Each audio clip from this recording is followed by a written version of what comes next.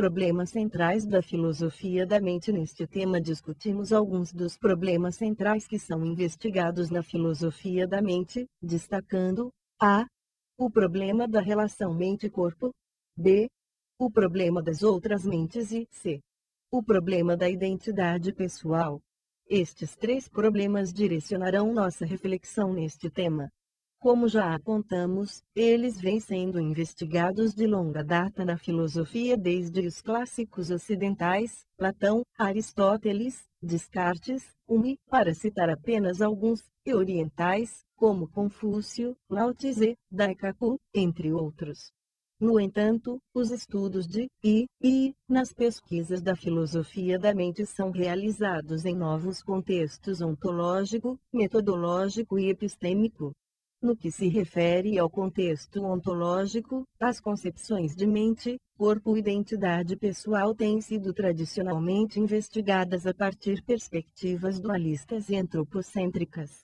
Contudo, desde a segunda metade do século XIX ao longo do século XX, a concepção de espécie humana foi radicalmente modificada pela influência da teoria evolucionária e da genética. A espécie humana passou a ser mais uma espécie resultante de processos evolucionários naturais. Dewey, 1909, Gonzalez, Broens, 2011.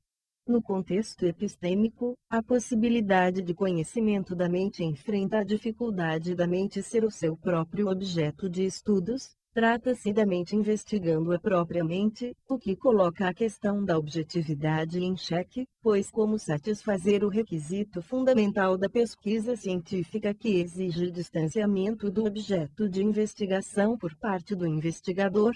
Para superar essa dificuldade, pesquisadores buscam recursos metodológicos, tais como a elaboração de modelos mecânicos da mente. No contexto metodológico, diferentes modelos explicativos dos estados e processos mentais são elaborados através de novos instrumentos computacionais fornecidos pela ciência e tecnologia contemporâneas. Com o auxílio do computador, modelos mecânicos são construídos na ciência cognitiva, os quais serão apresentados no tema 3.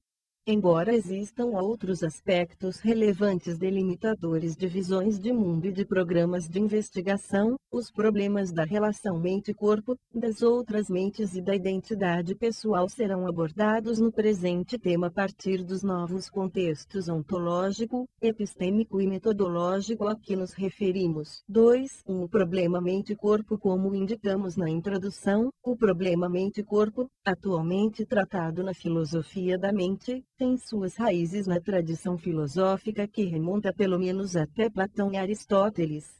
Contudo, este problema é principalmente conhecido na versão formulada por René Descartes no século XVII.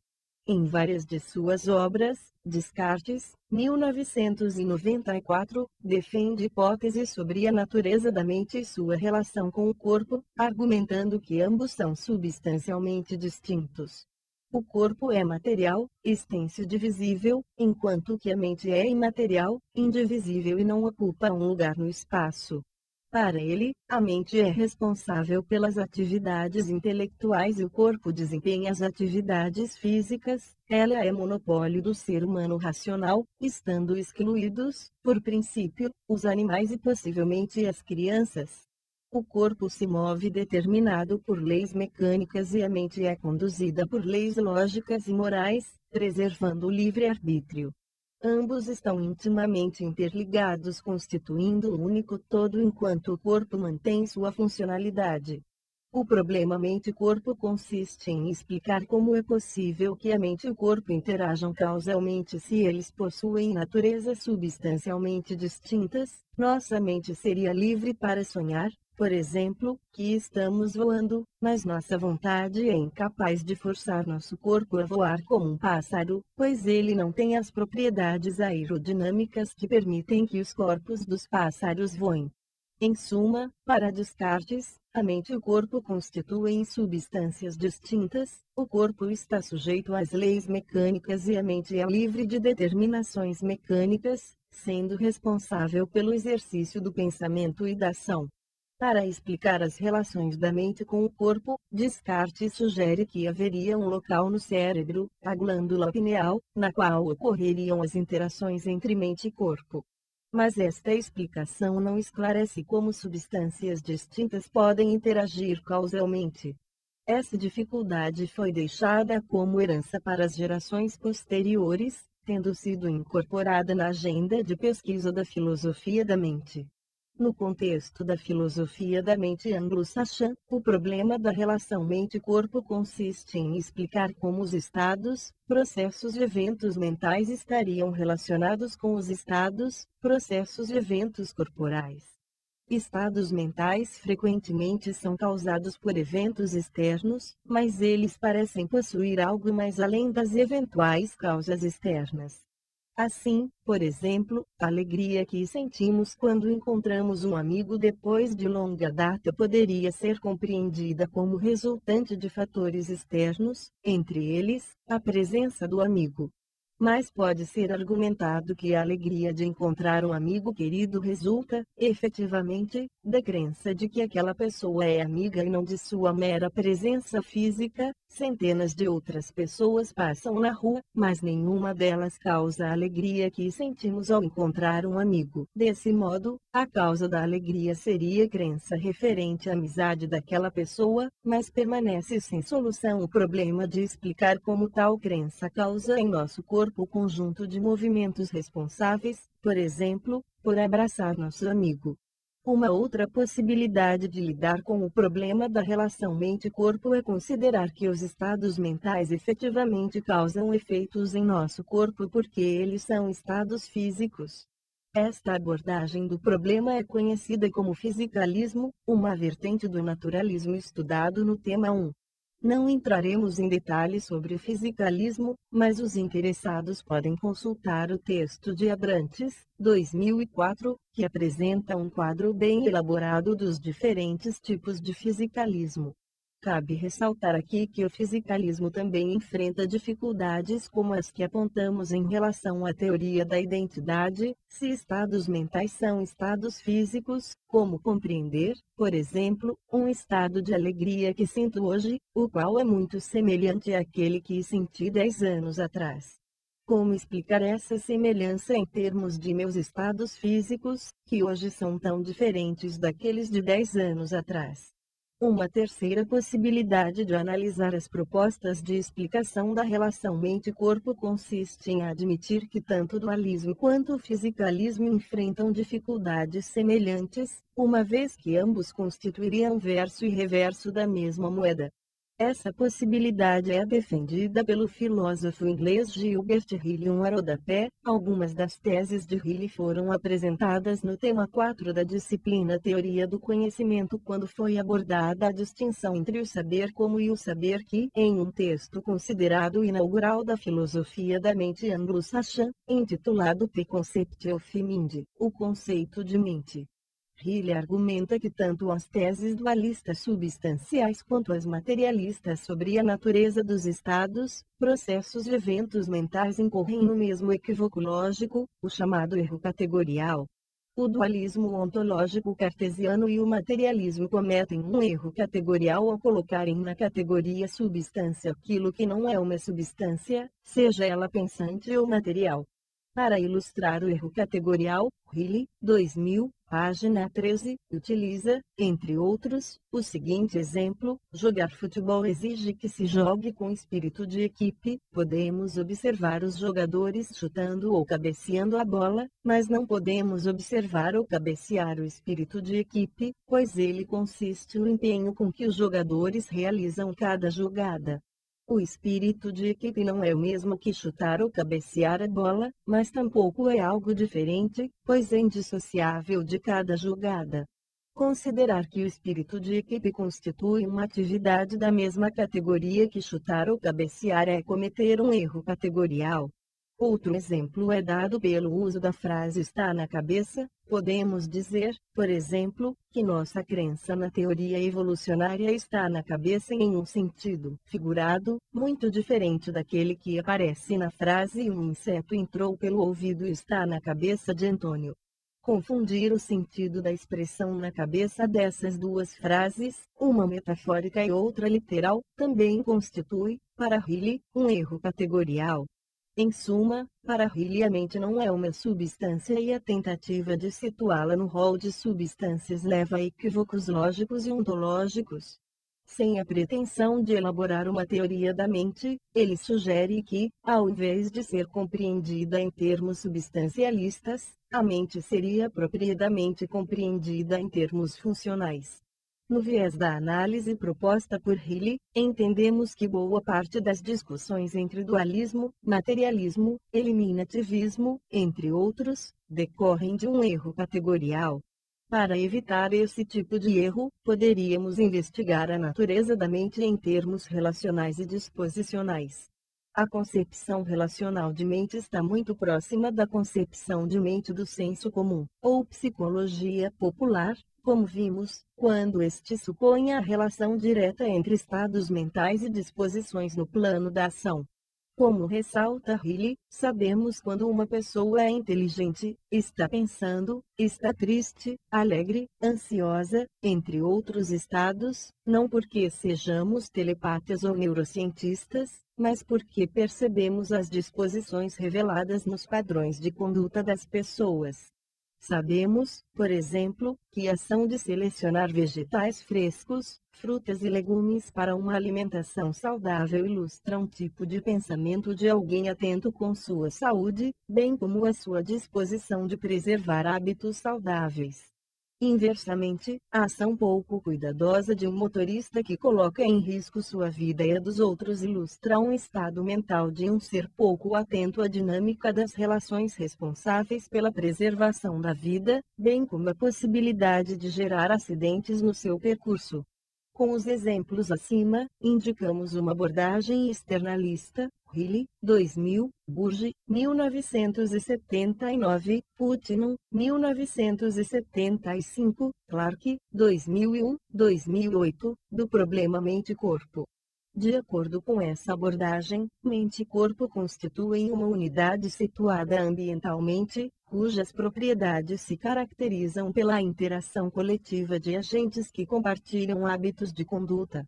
Esta abordagem externalista da mente nos remete a um outro problema, conhecido como o problema das outras mentes, de que trataremos no tópico seguinte. 2. O problema das outras mentes. O problema das outras mentes pode ser assim formulado: como podemos justificar nossa crença de que outros, além de nós, têm mentes? Sloop, 2009. A dificuldade subjacente a este problema não é propriamente a nossa crença de que outras pessoas, por exemplo, possuem uma vida mental, ela reside em como justificar tal crença.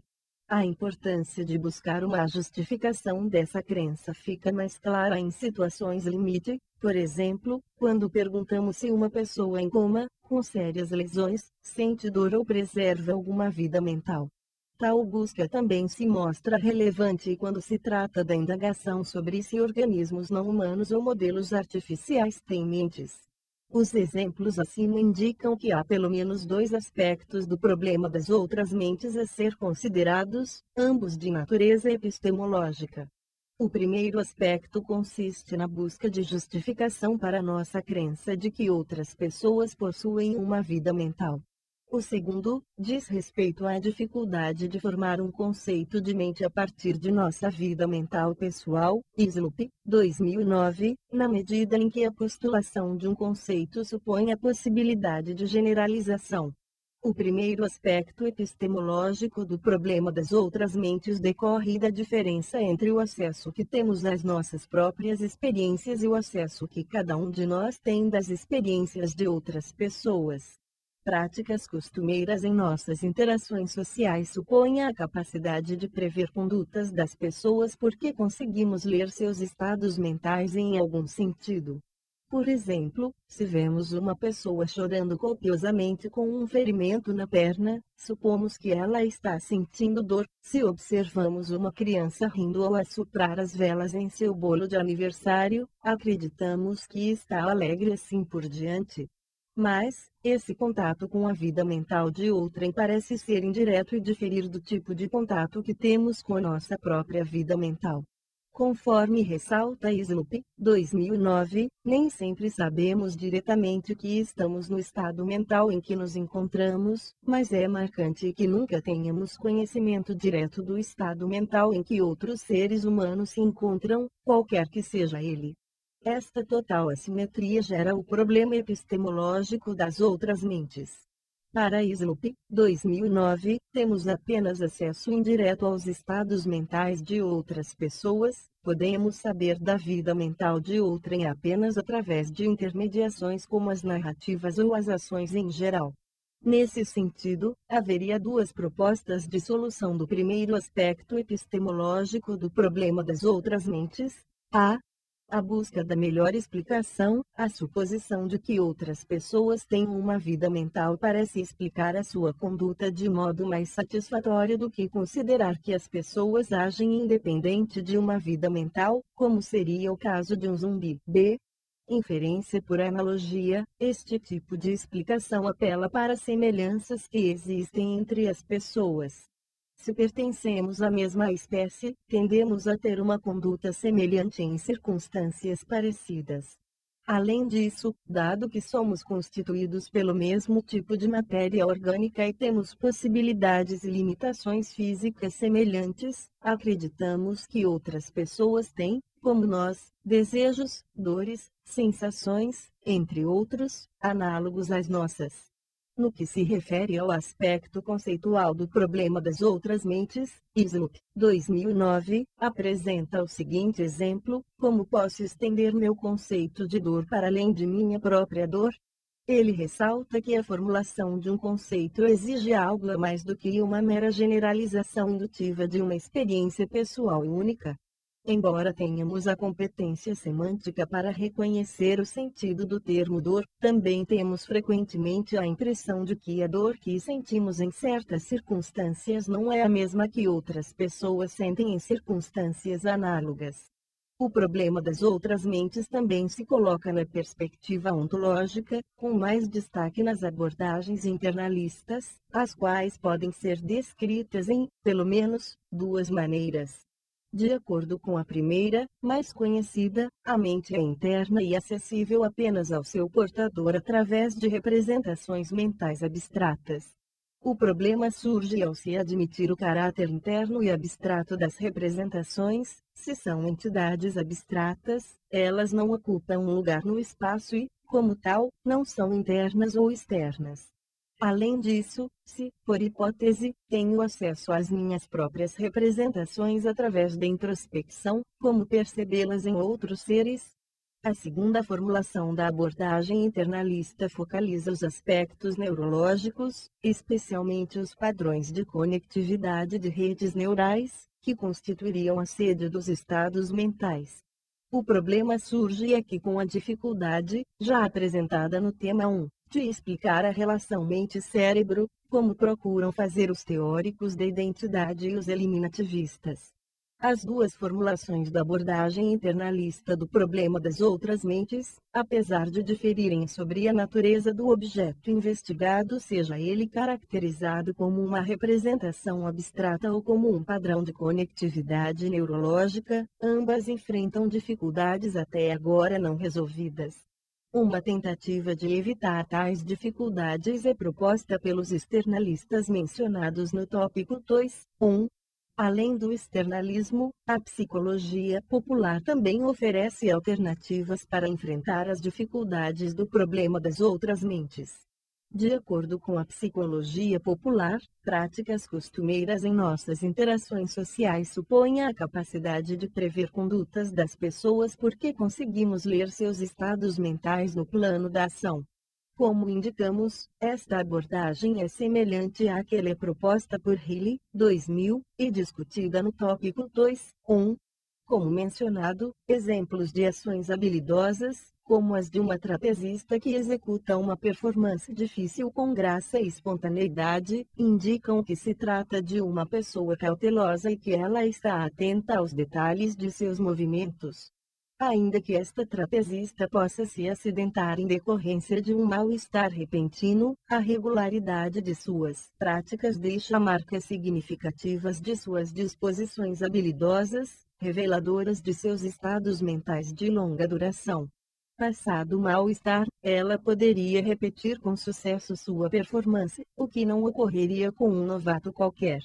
A partir da suposta capacidade de leitura da mente, a psicologia popular oferece uma teoria da mente para explicar aspectos dos estados mentais e formas de agir em diferentes contextos. Nesse sentido, uma vez mais, ela se aproxima da abordagem externalista. Não duvidamos que as pessoas tenham mente e a observação de sua conduta, em diferentes contextos, desempenham um importante papel em nossa capacidade de compreender seus estados mentais. Críticos desta perspectiva podem alegar que as pessoas constantemente se enganam em sua leitura de estados mentais. Quando assistimos a um filme, por exemplo, a atuação dos atores pode ser tão convincente que nos leve a acreditar que eles efetivamente estão sentindo dor, alegria, tristeza ou felicidade enquanto representam. Mas este engano se dissipa facilmente quando consideramos o contexto e lembramos que se trata de atores representando personagens durante certo tempo.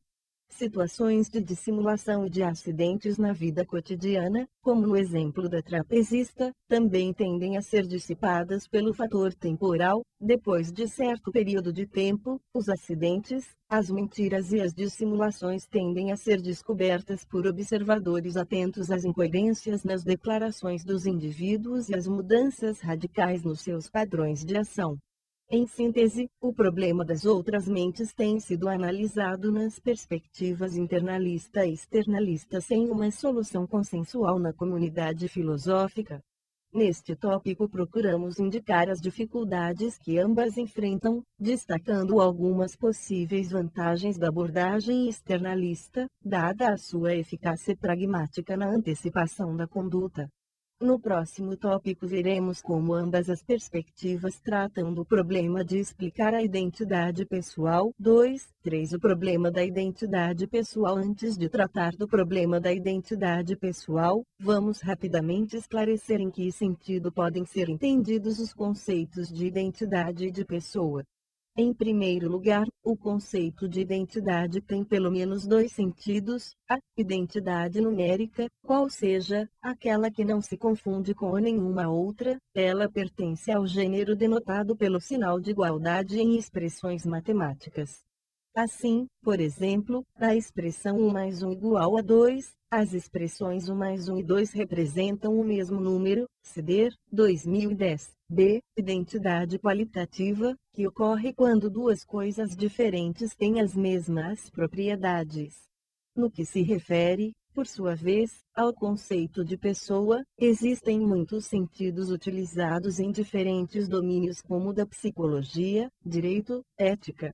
Para começar nossa análise, no entanto, propomos o conceito de pessoa sugerido por Leclerc, 2003. Ser uma pessoa é instanciar numerosas propriedades psicológicas, relacionais extrínsecas enraizadas em um ambiente natural e social.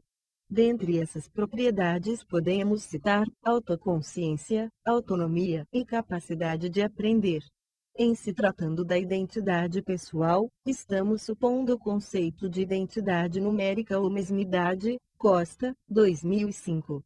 Feitos estes esclarecimentos iniciais, podemos agora formular o problema da identidade pessoal do seguinte modo: como é possível que uma pessoa permaneça a mesma ao longo do tempo apesar das mudanças biológicas, culturais, sociais, dentre outras, às quais está sujeita?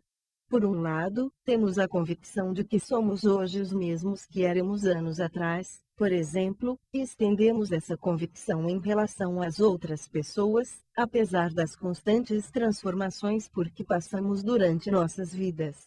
Por outro lado, há situações em que as mudanças são tão profundas que essa convicção é abalada. Por exemplo, quando alguém descobre repentinamente, já adulto, que é filho adotivo e que seus pais e irmãos biológicos lhe são totalmente desconhecidos. Como indicamos na introdução deste tema, o problema da identidade pessoal foi abordado por vários filósofos clássicos, especialmente Hume, 2001, e Locke, 1999, nos contextos epistêmico, ontológico e metodológico de sua época. A filosofia da mente contemporânea propõe uma discussão do problema em diferentes contextos que passamos a discutir. Do ponto de vista epistêmico, o problema da identidade pessoal se coloca em relação aos critérios de identidade. Parfit, 1971, 1982, indica que existem dois critérios de identidade pessoal: continuidade psicológica e continuidade física. O critério de continuidade psicológica é adotado por teorias que propõem existir um substrato psicológico, psique, aparelho psíquico, personalidade, que permanece o mesmo ao longo do tempo, independente de fatores biológicos, como o envelhecimento, considerados contingentes. O critério de continuidade física, por sua vez, é adotado por teorias comprometidas com o fisicalismo, a vertente do naturalismo a que nos referimos no tópico 2.1, para o qual a permanência da identidade pessoal estaria associada à duração de um mesmo corpo ou de um mesmo cérebro ao longo da vida da pessoa. Nesta perspectiva, o problema da identidade pessoal se coloca em razão das inevitáveis mudanças físicas a que estamos sujeitos. Ao longo do tempo, a constituição fisiológica da pessoa se altera radicalmente. Assim, por exemplo, uma pessoa que na infância tinha pele clara, era alta e magra com abundante cabeleira, na velhice passa a ser obesa, sua altura se reduziu drasticamente, sua pele foi queimada pelo sol e seus cabelos, agora esbranquiçados, estão muito ralos. Neste caso, segundo o critério da continuidade física, estaremos diante da mesma pessoa? Alguns, que não viram a pessoa durante muitos anos, teriam dificuldade de reconhecê-la. Outros, que acompanharam seu processo de envelhecimento, responderiam à pergunta afirmativamente. Do ponto de vista ontológico, o problema da identidade pessoal é tratado a partir de duas diferentes perspectivas: substancial, segundo a qual a identidade pessoal se mantém a mesma ao longo do tempo por ser atributo de uma substância imaterial não sujeita às leis físicas; processual, segundo a qual a identidade pessoal se atualiza ao longo do tempo por ser indissociável dos processos orgânicos, que estão relacionados aos fatores mentais, físicos e contextuais, incluindo a concepção que outros fazem da pessoa. Assim, por exemplo, um senhor, cuja identidade é associada à benevolência, altruísmo, pacifismo, entre outros, pode ter sua identidade alterada a partir do momento em que aqueles que o conhecem descobrem que ele é um criminoso de guerra fugitivo. Essa informação pode afetar a maneira como a pessoa é vista e tratada em seu meio social, vindo a alterar a sua presente identidade, que passará a incluir o sentimento de hostilidade por parte de sua comunidade. Esta última perspectiva é considerada a mais promissora para o enfrentamento do problema da identidade pessoal, uma vez que a perspectiva substancialista está frequentemente associada à abordagem dualista e a todas as dificuldades que ela suscita. Por fim, do ponto de vista metodológico, o problema da identidade pessoal se coloca com muita força, especialmente em relação ao uso de tecnologias contemporâneas, como as várias formas de implantes, por exemplo, o de estimulação cerebral profunda empregado para a recuperação de habilidades motoras. Segundo mostram Fleming e Zelager, 2010, a estimulação elétrica de certas áreas cerebrais através do implante pode interferir na identidade da pessoa implantada, na medida em que altera seus padrões de conduta. A questão sobre quais técnicas são apropriadas para auxiliar na manutenção das funções fisiológicas do organismo é relevante para o estudo do problema da identidade pessoal. Em síntese, neste tema investigamos os problemas da relação mente-corpo, das outras mentes e da identidade pessoal na filosofia da mente anglo-saxã. Ainda que deixados sem solução, estes problemas revelam a natureza interdisciplinar necessária para sua abordagem. Dada a característica intrinsecamente interdisciplinar da filosofia da mente, vimos que esta área de investigação trata desses problemas recorrendo não apenas à filosofia, mas também à psicologia popular, à neurociência e, como veremos no próximo tema, à ciência cognitiva e à computação, entre outras.